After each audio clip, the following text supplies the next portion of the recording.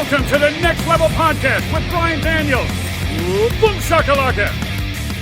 Hi everyone, it's Andrew here, and welcome to a new episode of the Next Level Podcast. Bit of a different matchup today, so I am joined by Dan. Hello. So yes, we're living in the same place, but I'm upstairs, he's downstairs. So a bit of an interesting structure. I mean, it's mostly for the fact that if we were both in the same room and being recorded, the microphones would pick up on each other. Yeah, one of us will be very loud and the other one will be very quiet. Yeah. So, yeah, it's a bit of a hassle to do it that way. So anyway, we're here, and in this episode, I thought we could take a look at, the Oscar season, particularly the Best Pictures. What we've thought about the ones that we've seen on there. Any surprises or any other sort of big movies from last year that we feel need to be talked about. So of course I'm going in a bit somewhat blind with this. I'm not really the movie buff here. Dan is. So I guess kind of just to, I don't think I've ever asked you this before. So what got you into the Oscars in particular?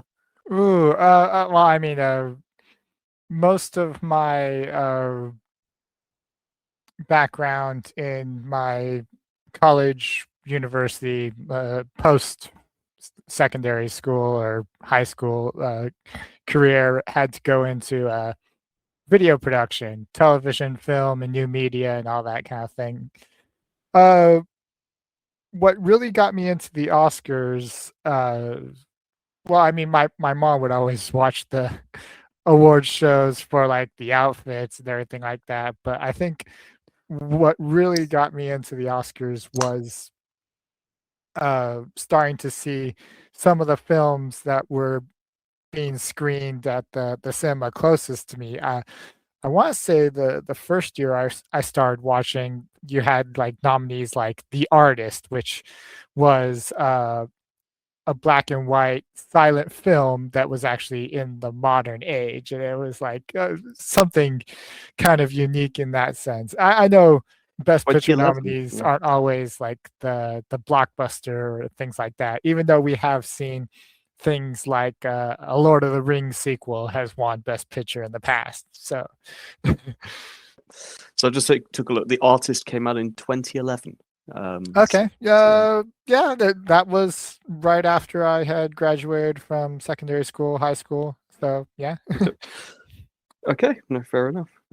So you're much more well versed in this than me. I think that the first movie that I felt was sort of artsy fartsy, as I like to use, but was enjoyable and ended up winning an Oscar was Birdman. So that was 2014. The year with huh? Yeah, it was it was a toss up between that and Whiplash for me. Both Best Picture nominees, both great movies that we were able to see at cinemas out here. Yep, true. So I'm not really too much into the Oscars.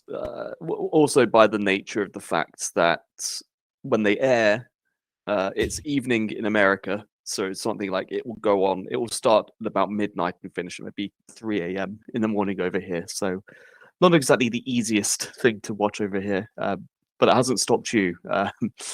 I've done an Oscars watch through here in the UK once or twice, so yeah.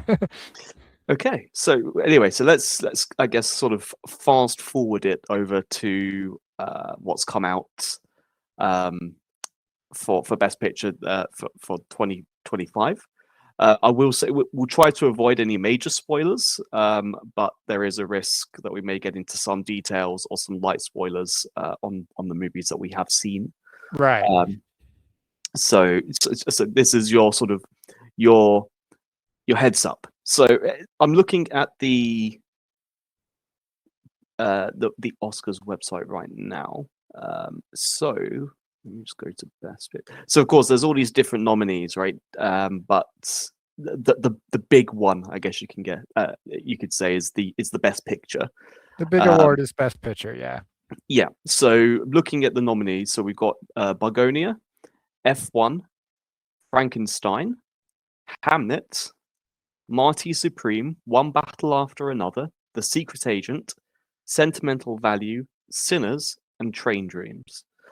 So quite a long list there. Well, from my perspective, at least, that's one. There's 10 items. There's 10 nominees. Yeah, I mean that's a little more than average. I mean, I believe Best Picture nominees can vary from as little as 8 choices and as much as I think 14 or 12, something like that.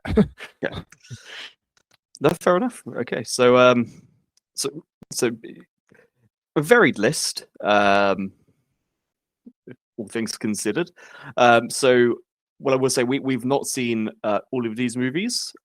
So just for context, I won't have much to say. Well, I don't have anything to say about Train Dreams. Yeah, I haven't seen that. I don't know how to see it quite yet over here. Yeah, that's the in the UK, some of these movies haven't come out yet. So despite being in the 2025 listing, we're dragging our feet a bit. Sentimental Value. I've not got anything to say about that one. I haven't seen the film itself, but I saw a trailer for it. It has, I think it has 1 or 2 notable actors, but it really doesn't seem like the kind of film I would necessarily enjoy watching. I mean, I'm sure it's a great film for it to be nominated, but it's not quite the genre I usually follow. Okay. The Secret Agent. I know that you're planning on seeing that Yeah. in early February. Yeah, So, I just secured my ticket. The UK release is actually quite late. It's closer to when the Oscars are actually airing, but they're doing a preview. And as a Picture House member, and said founding member of one of the local Picture Houses, that's a chain over here, not just a fancy name for cinema. I was able to secure one of the preview tickets, so I'm looking forward to watching it. It's in Portuguese, I believe, because it's a Brazilian film. It's very, very much Brazilian. So I hear it's fantastic, and I'm hoping it's a good time. okay. Good. I'm sure you'll let us know when that time comes. Yeah, I'll try to put out a short. In this case, it'd be before the UK release and probably before a lot of the widespread US releases as well. Mhm. Okay, I can Frankenstein. I think the only thing I can really say about that is Guillermo del Toro. So I'd imagine it'll be a very kind of gothic, very dark, very kind of artsy style in a good way. He's good at it. He's very good at his craft. Very good at his niche. So while Frankenstein is sort of a tried and true story, I would imagine that he would add enough flair and spin to it to kind of make it his own.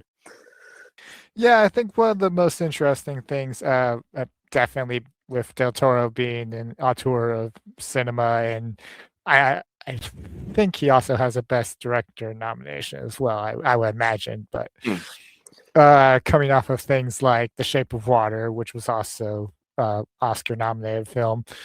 With Frankenstein, it's true that it is a story that's either been told or been parodied or that kind of thing. Well, I'm looking forward most to when I get around to watching this. It's on Netflix, I believe. Yeah, I think so. Yeah. I'm curious whether they're going to approach it in the same kind of frame tale as the original Mary Shelley story, or if it's just going to be a straight telling of like Victor Frankenstein, the wretch, that kind of thing. Okay. And then we've got Begonia, which again, that's going to be of a very specific style based on the director, who I'm probably going to butcher his name, Yorgos Lanthimos. Yeah. But I was looking up, I was reading about the plot. It does seem like the concept sounds interesting, even if the content may be quite twisted and upsetting. And it's also good to see that Jesse Plemons. Yes. Yeah. I was thinking Meth Damon, but no, Jesse Plemons. Is sort of continuing he's got a kind of he's not really typecast as such. He's kind of gone ahead and done a few different things. You might say that he's sort of maybe a bit typecast in terms of like the unassuming, well-meaning or solid in their beliefs type character that doesn't necessarily quite see the bigger picture. But it seems like he's enjoying his career path, and this is kind of an extension of that, from what I can gather. Yeah, I mean, with the overall film, Yorgos is one of those directors where you're not going to get a simple film. You're not going to get something that will ultimately make you feel good. I've seen one of his films, The Lobster, and like you said, it had a great idea, but the second half of the film just kind of like throws a brick at your head. Like it's like, what's going on? No, fair enough. So, and of course, I think the other thing I remember about this film was that they did the thing where they were doing preview screenings or something like that, and you can get a ticket for free if you got your head shaved. Yeah, they were inviting people to watch the film, and if you had somehow chose to shave your head, you'd have a free ticket right there. And they would do it like before the screen. Yeah, I think they had like a barber or someone on, at the cinemas to do that if you're interested. Yeah, that's just. I'm not gonna say typical Hollywood, but it's one of those like Hollywood fancy screenings, and it's all for the news story. But you gotta admit it gets buzz going, and that's why we see it here on Best Picture. Yeah, that's true.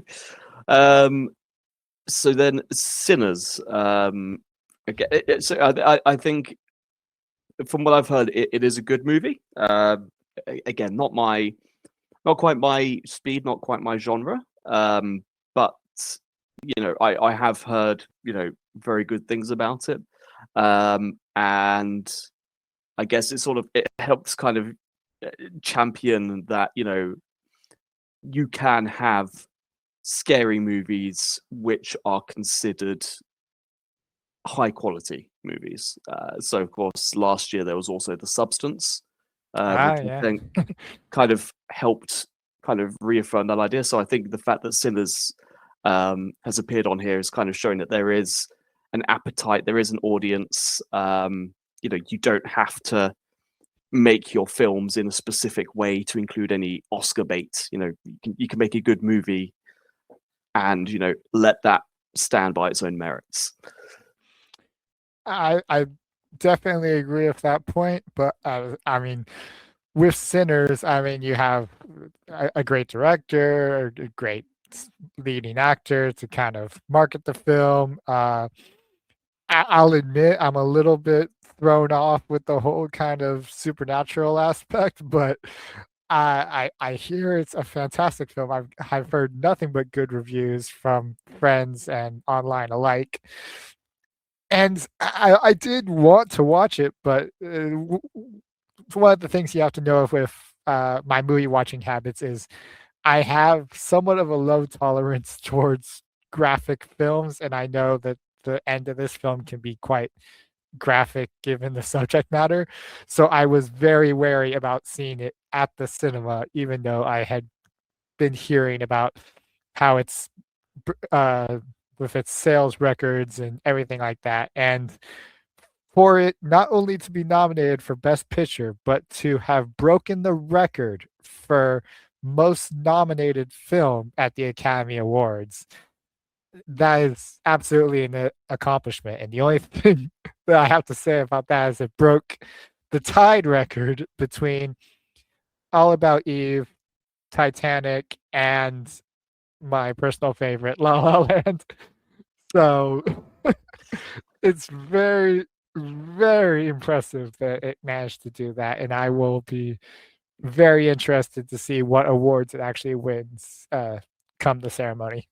Okay. La La Land's the winner of Best Picture for about 15 seconds. Yes. I mean, don't get me wrong, Moonlight was still a great film that year, but I still love La La Land. Yeah. So now we're getting more into the movies that we actually have seen. So we'll start off with the ones that you've seen, Dan. So F1.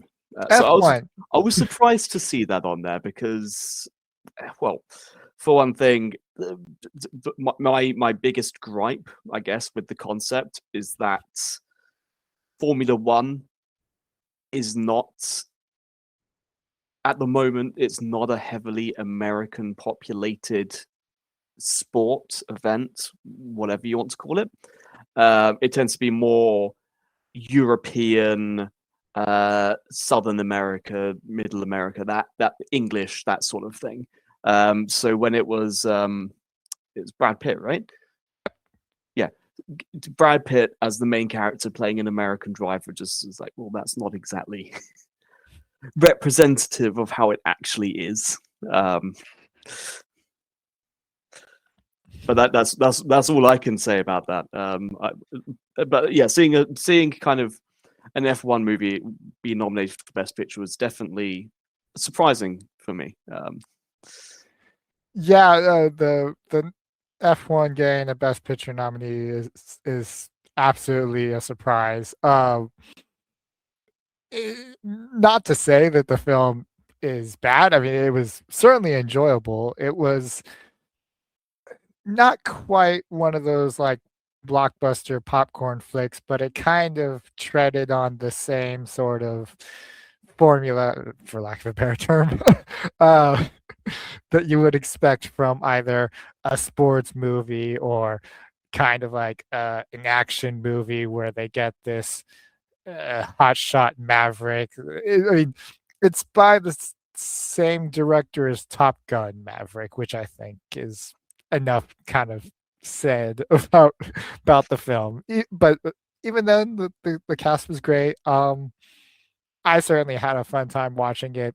I I'm still baffled as to why it was actually nominated for Best Picture, but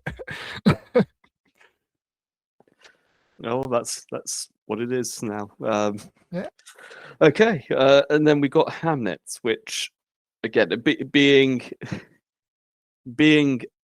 someone who was brought up in the English education system, I've had my fill of Shakespeare. I had my fill of Shakespeare about 15 years ago.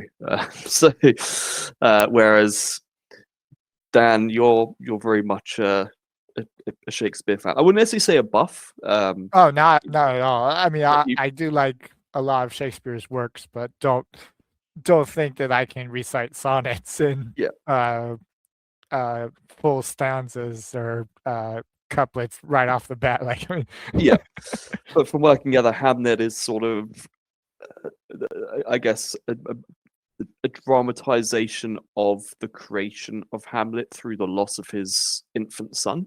yeah, the story revolves more around Shakespeare's relationship with uh, what's the name of his wife? I don't know. I didn't see the movie. Like, I'm blanking on her name at the moment. But anyways, yeah. Agnes. Huh? Agnes. Agnes. Okay. Oh yeah, that sounds about right. Okay. But yeah, so they have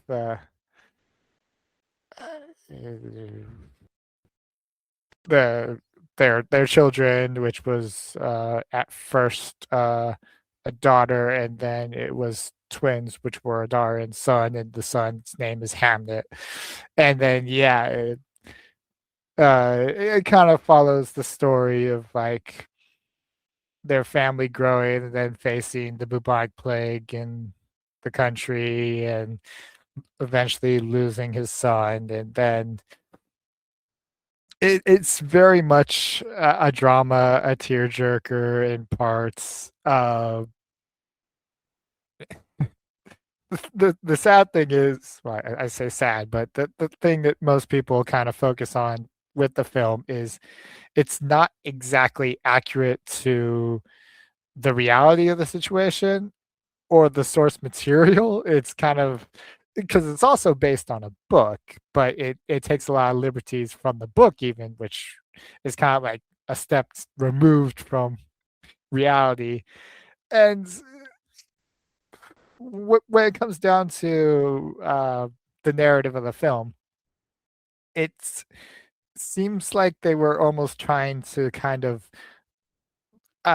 shy away from using words like Shakespeare. I mean, obviously you're hearing him saying like iconic lines and how things came to be, but if the narrative was somehow disconnected to Shakespeare, it was just kind of like the tragedy of a son helps a creative uh kind of work out his uh work out his grief through this project, then it would have been a fine film. And it was still a great film, I would say, but I think a lot of people would have respected it more if it wasn't Shakespeare. Also being said, I really loved the ending. I think it was probably one of the most beautiful things in cinema that I've seen I've seen like on the big screen. Like I wouldn't say the absolute best ending, but it just tugged that right heartstring for me. So overall, I really did like the film. No, I'm sure it comes across based on how you were describing it there. So, but like, we'll circle back to that.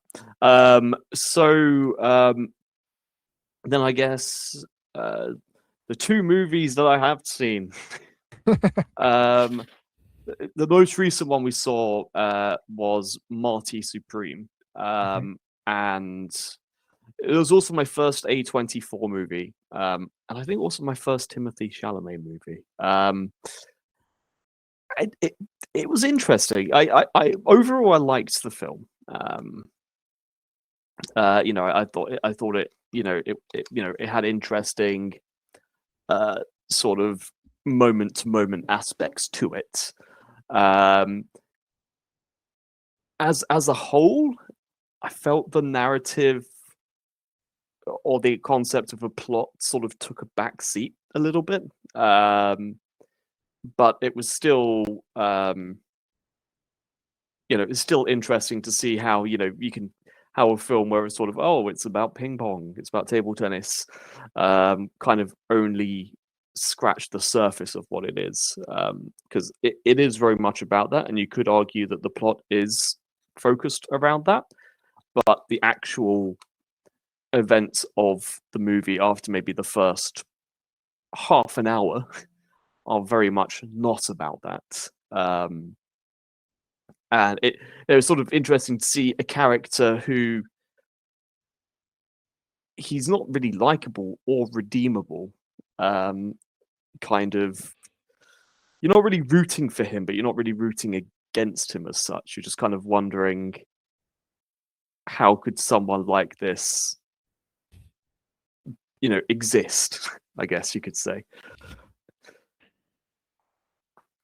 So I thought it was I thought it was an interesting blend of sort of humor and drama, but also had a very kind of cynical vein running through it. Is what I would say. Yeah, I think that's a pretty good account for the film. I mean, you say, how could someone like Timothy's character exist? And that's the exact question posed by Gwyneth Paltrow's character when they're in the hotel room, is it not? Yeah, yeah, you could say Like, that. I mean, this guy that has the confidence that he's the best table tennis player in America, wanting to play in England, play in Japan, that kind of thing. And he doesn't understand the concept of I mean, I guess He doesn't I like mean he doesn't like no as an answer. well, I mean, that's true. I mean, he swindles, he kind of just floats things through, saying whatever needs to be done for him to get the end results. But at the same time, it's like the idea of an honest job or an honest career to him, it's boring, I guess. I mean, like like he has no interest in something safe, something boring, something normal, And he and that does it. comes off incredibly in the film, I'd say. Yeah, and it kind of shows the double standard because he does not like it when others act like how he does to others to him.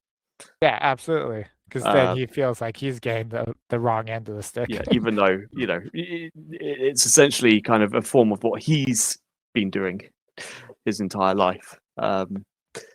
So, but the thing is that because it's my first A24 movie, so I know that um, there's sort of hallmarks of an A24 film, regardless of what the title is. It's going to be sort of quirky, kind of weird, kind of abstract, I guess. And for me, it felt like some of the aspects in this movie felt a bit like it was trying to tick an A24 staples checklist to the point where it felt like it sort of detracted from the film. So, for instance, there's a part where, and again, spoiler. I wouldn't say a major one, but a Yeah, spoiler no. nonetheless. There's a part where he falls through a hotel room floor in a bathtub, and it crushes somebody's arm, which it it was an interesting thing to see at the time, but it didn't necessarily really have any major ramifications or kind of point to it. Of course, you do see the character, later on. It's like, oh, you're the one that messed up my arm and everything, but not much really comes from it. And I guess sort of that was indicative for me. There seemed to be kind of plot points or aspects to the story that were introduced and then either not resolved or just didn't really go anywhere. And that may very well be what they're trying to go for. But it was just a bit, at times it was a bit sort of off-putting, I guess you could say, for me at least. I think if you took all of the points where something was ultimately going to be bad for Timothy's character, you would have a much shorter film if they actually went through with the consequences or ramifications of whatever he was doing. And you see that a few times, but at the same time, it's like well, it's not a so lot much of that it's hand wave. And that's the thing, if we're talking about best picture, to basically say that this sort of thing can be hand waved, not ideal. And I guess just while we're on the topic, we saw this film before the recent discussion, news points, controversy, allegations, whatever you want to call it, against Josh Safdie. Of course, we do not condone or approve of that incident. Right. And I'm one of those people where if I know something beforehand about like a director or an actor or something that's done something bad, I will do my best to avoid it. It's just that, yeah, I at the time of seeing it, that hadn't come to light.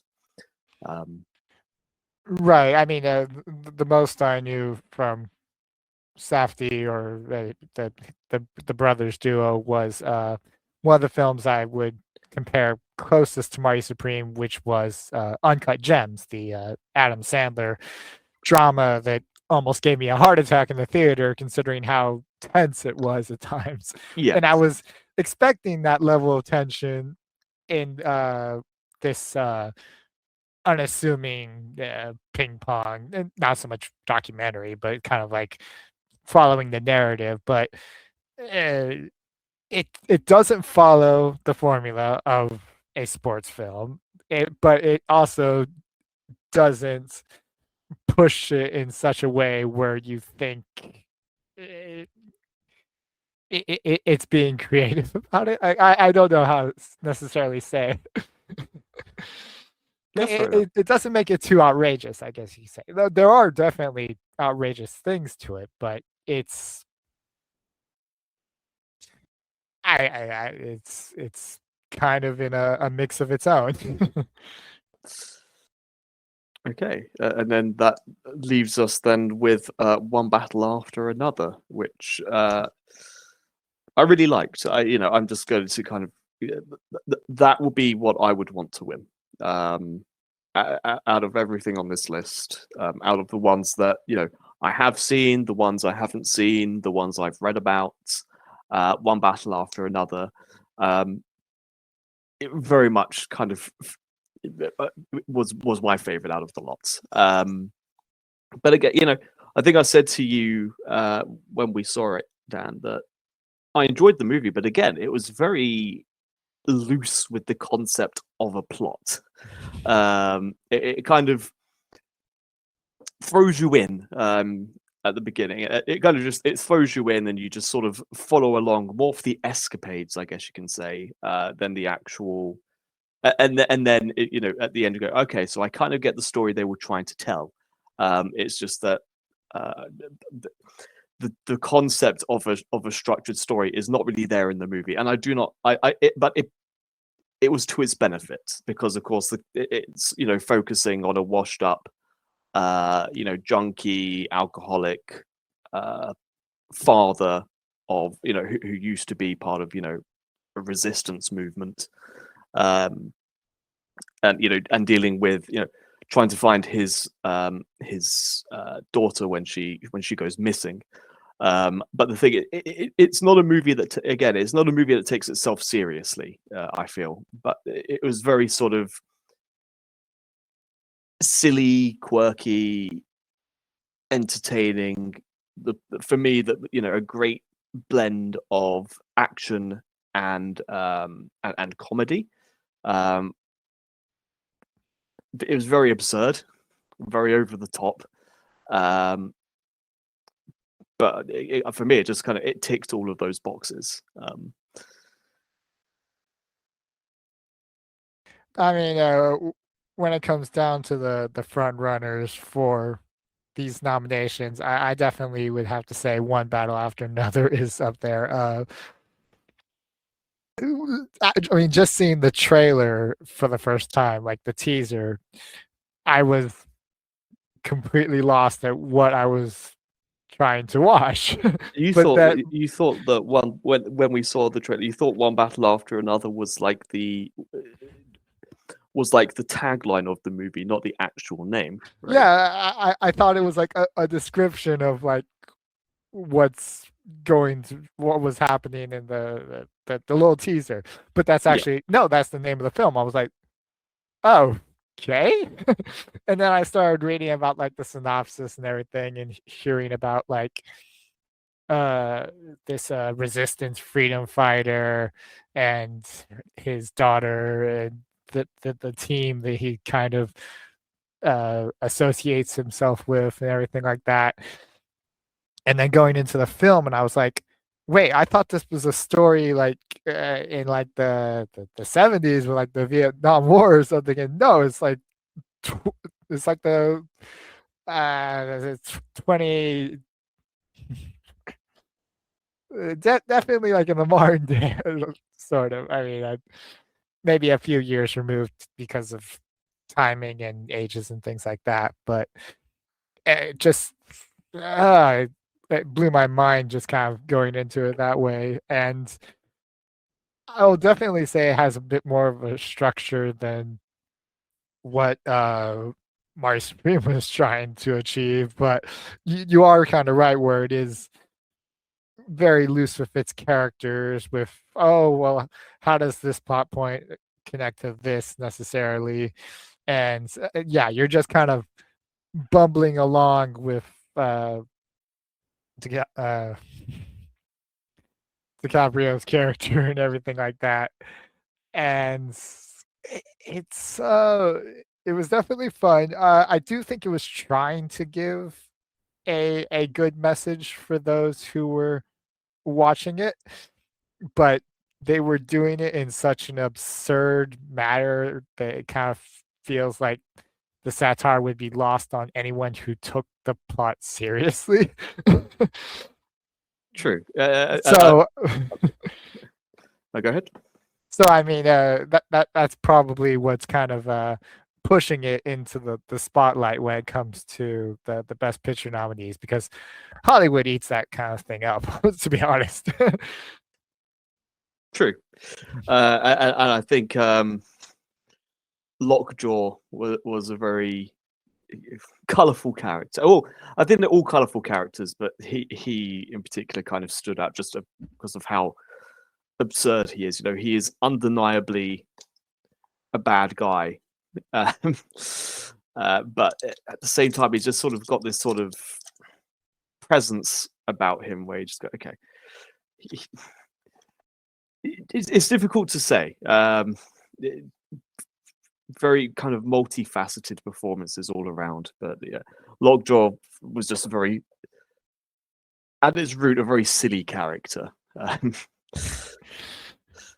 Yeah, I mean, you see how he's introduced and everything like that, and then you're like, okay, well, most likely he's not going to come around. But it's like, no, he's like one of the part of the principal cast, and I was like, oh, we get to follow this silly character that's actually quite dangerous. Yeah, throughout the whole film, and it was like, okay, I can see why this is kind of going the way it is. yeah. So yeah, so so those are the best pictures that we've gone through there. But I'm also bearing in mind that, you know, I'm not a big movie goer, but there's been a couple of big movies that I saw towards the end of last year, which I wouldn't necessarily say I'm surprised that they're not on the list, but it might still be worth just having a quick discussion on them. So the first one, I mean, is sort of a new one, but also an old one, and that was the re-release of I say re-release, the release of Kill Bill: The Whole Bloody Affair. Yes. Which, of course, you know, it's basically it's parts 1 and 2 of Kill Bill put together with the I haven't seen them before this, so it was my first time seeing them was at this Whole Bloody Affair event. So from what I can gather, they get rid of the recap at the beginning of the second movie as well, so it flows better. And they also extend the anime sequence showing the upbringing of Lucy, or the story of Lucy Liu's character growing up. So I guess I sort of saw the definitive version as my first experience of the movie, and yeah, I can definitely see why people, like it so much. I do like Tarantino movies in general. It's just I haven't seen all of them. But now I can tick these ones off the list. I thought it was very enjoyable. I thought, in my opinion, the first part was better than the second part. Not that the second part was bad, but it's just that the first part had more standout or iconic moments for me, whereas the second part seems to be more of a slow burn, which is fine. But I guess just with Tarantino, of course, I think of the action first and foremost, which is why Once Upon a Time in Hollywood is probably my least favorite by him. Yeah, It's a different discussion. But no, I thought it was a great experience. I'm guessing it can't be nominated as Best Picture because although it does have new content, I think the new content's something like 10 minutes. So maybe it's a case of, well, it doesn't have enough new content to be considered as a competitor for Best Picture. Basically, I guess if I had to guess, it would be that it was ruled out based on technicalities, like right off the bat, rather than people saying, "Well, no, this was bad." Even though the Fortnite short at the end was also a bit weird, but not enough to say that it's bad. But I really enjoyed experiencing that in its entirety. And I think you said, Dan, that you saw part 2 but not part 1, or you thought something like that. I mean, I know I've definitely seen the end of part 2, but I also remember quite a few scenes from part 1. So I mean, I think when it comes down to it, I mean, this was like on TV, so it may have been like heavily censored or cut or something like that. But I do recall seeing a fair amount of, I guess, both films. I don't know if I ever watched one all the way through. But yeah, but what did you think about it as a as a whole package? Oh, I mean, well,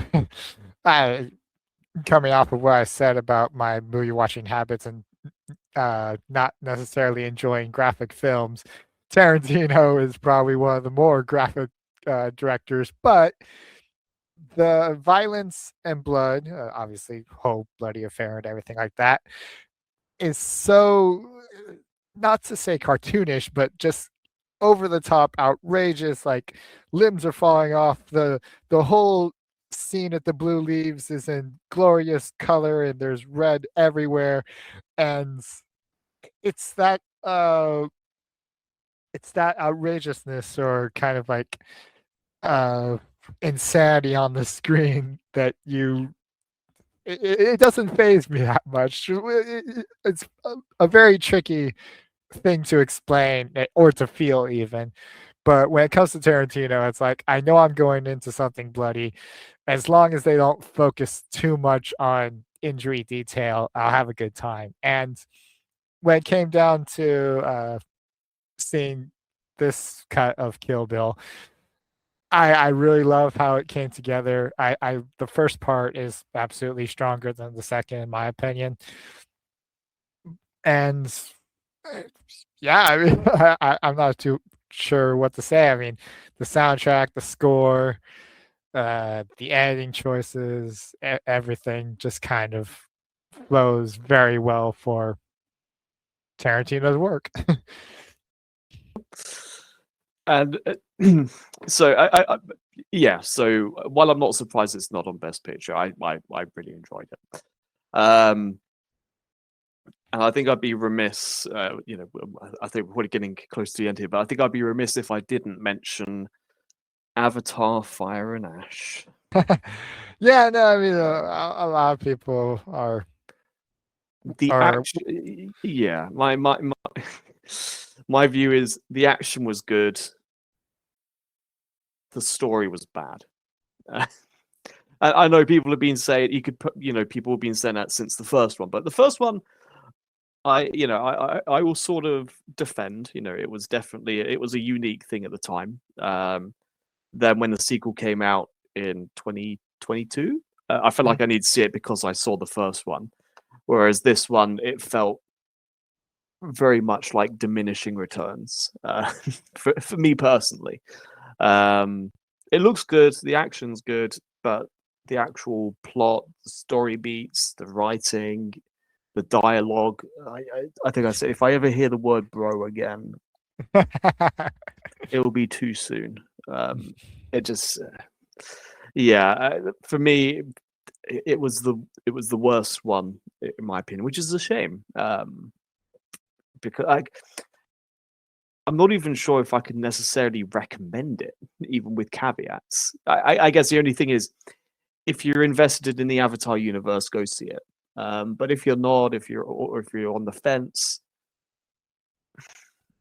you're not really going to be in a. You don't need to be in a rush to watch it. I think the fact that, well, at least in my neck of the internet, I don't really see anybody talking about it. Not even joking about it. It's just it came out.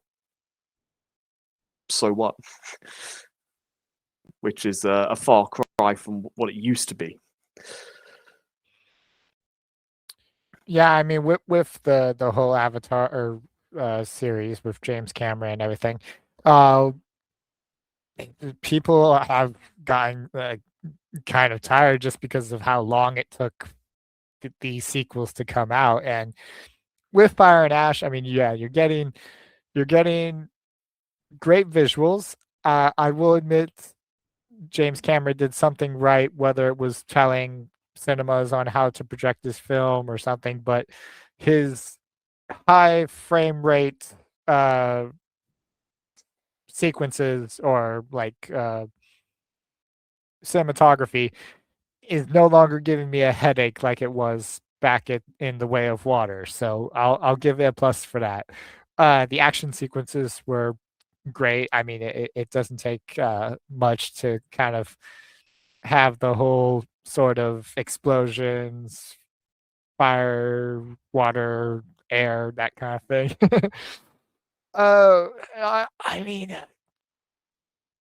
don't get me wrong. When I said I did kind of like the narrative, I just thought it had good ideas.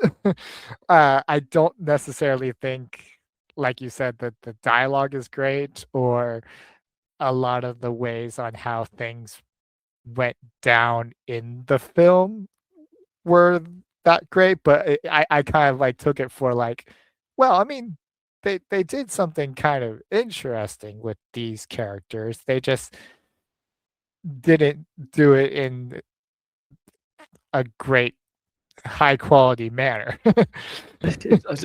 Some people, and I guess to an extent I agree, people will say it kind of feels like a reskin of the second movie, but told worse, which is like, yeah. Yeah, I mean, Yes. I have no interest in space whales or that kind of thing. I really love the Ashen clan though. I mean, I just felt like having Navi that were kind of antagonizing and at the same time kind of like uh they can kind of disguise themselves into the clan for better or worse because it's like you guys are the same species. Why are you exactly fighting? And then, but even then, they sort of, that whole thing sort of gets hand waved away, which Yeah, overall, we still had the conflict with the military and the colonizers and this whole get rich quick plan for whatever space whaler people. Yeah. yeah. It kind of, for me, it kind of had Tenet syndrome. And when I say that, it's when something happens in the movie and then you think, okay, almost there, and you go, oh no, there's this whole other thing that needs to happen. Because the thing is that I thought it was actually going to kind of go an interesting route where, with the military compound, I thought it might sort of end shortly Yeah, after no, that, I was. because the thing is that they sort of, they talk about, oh, there's this, this big event happening, like in a day or something like that. And I thought it'd be like when it got to the military part and everything, I thought, okay, this movie's been running long enough. This has probably been the 3 hours. And then it was like, this big battle's coming. And I thought, okay, cool. Are they going to finish it here? No, they go ahead and show the big battle in the movie, which it isn't bad because it's more action and everything, but it feels like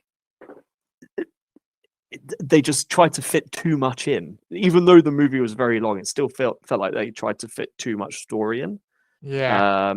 Whereas I felt like it would have maybe been a bit better. I mean, if they ended it on a cliffhanger, like, this is going to be the big battle, then I would probably be. I'm sure I will end up seeing Avatar 4 if it ever comes out. But I feel like it would have had a better hook for me if they did that. To kind of show that it's got enough faith in the franchise to kind of leave it on a bit of a cliffhanger. Yeah, I think that's a good assessment of it because, yeah, there were plenty of times where it's like, okay, this is close to ending, right? Right? Right? And then it didn't. We got out eventually. Yeah.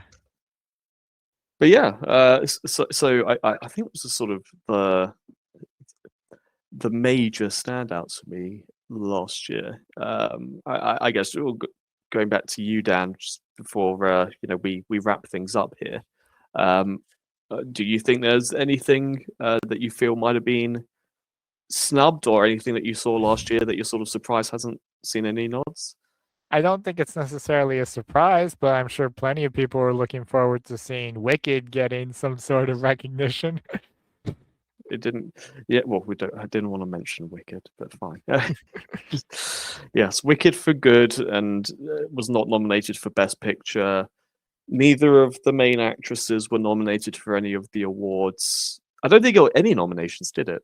Not a single one. Not even like set design or costumes or anything. Nope. So, which, yeah. I'm sure there'll be some people that are upset by that, but at the same time, I think even fans of the source material, I think even you said, Dan, that the second half for you is weaker than the first half, and I don't think that's, from what I can gather, that's not an uncommon opinion. Yeah, so you can't really be surprised when the second half of the play is in this movie and it doesn't do as well as the first half. And the choices for original song, because of course they can't use the songs from the show itself, they weren't that good. It just wasn't that great music. Fair enough. So yeah, so I think there'll be plenty of people which are sort of surprised / upset / kind of find it funny, I guess, about that turn up, but that's just how they voted. Okay, so yeah, anything else that you feel needs to be mentioned in terms of your highlights from last year, Dan? I mean, I can't speak too much on things, but one of the things about the Oscar nominations I look into is definitely how Best Animated Feature plays out. So some of the nominations were to be expected, or kind of like, well, Disney's got to be represented here, and they definitely have something with Zootropolis or Zootopia 2, which remains to be the highest grossing animated film for Disney. And even through my short, I said it was a fantastic film, which I'm absolutely rooting for it in best animated feature. Absolutely shocked and baffled to see Elio get nominated in the Oscars, but once again, Disney. And of course, everyone's favorite, Sony's K-pop Demon Hunters, was recognized for Best Animated Feature along with the original songs and everything like that. And I still haven't seen it. I really do want to see it because I know I'm probably gonna like it. I've heard Golden once or twice, and it's a pretty decent song. I'll admit. I mean, it's something I could listen to, but I'm interested in the soundtrack. I just I feel kind of out of the loop when everyone's talking about it and I haven't seen it. But there's that part of me that's like, if I see this, am I gonna get obsessed with it like everyone else? Because that's very likely going to happen. So uh, there's that, and then you have two other kind of independent picks. We saw a trailer for uh, the French animated Arco, which has a very interesting English dubbed cast or English cast. And then you have Little Emily, which is again more kind of French cinema coming into the best animated feature sphere. And a lot of people are like wondering, it's like we saw some pretty significant anime films come out this year. Where are they being like? Why aren't they nominated? And to give my opinion on the subject, a lot of these films were like side arcs to the anime series proper, like with Chainsaw Man or Demon Slayer. And it's like, how could you expect Academy members to kind of understand why this is being shortlisted if they don't spend the time to watch the rest of the series? Don't get me wrong, I'm sure they're quality films or however they're presented on the big screen, but uh, I don't think it had that much of a chance. I mean, but I'm sure there were plenty that were actually kind of definitely on that short list. And another surprising omission is what could arguably be the highest grossing animated film of all time, which is the Neza 2 animated film from China. And I haven't seen it myself. It kind of, in a way, sounds kind of immature to me from what I've heard. But I mean, I guess I guess it kind of proves that sales don't really mean that much when it comes to Oscar nominations. Well, I guess that's probably a good thing because then it's more about the vision of the art rather than how much money it makes. You know, I can't say the rating right off the bat, but for it to make as much money as it did, I imagine it's at least a decent animated film. Fair enough. Okay, so yeah, so I think it will be interesting to see how the Oscars play out this year. So of course, please feel free to to leave your comments or your feedback about what you've enjoyed last year, what you think will be winning, what you think was a snub. Let us know. It'll be interesting to see what all our listeners and viewers think. So I think that'll probably bring us to a close for this episode then, Dan, unless there's anything else from you.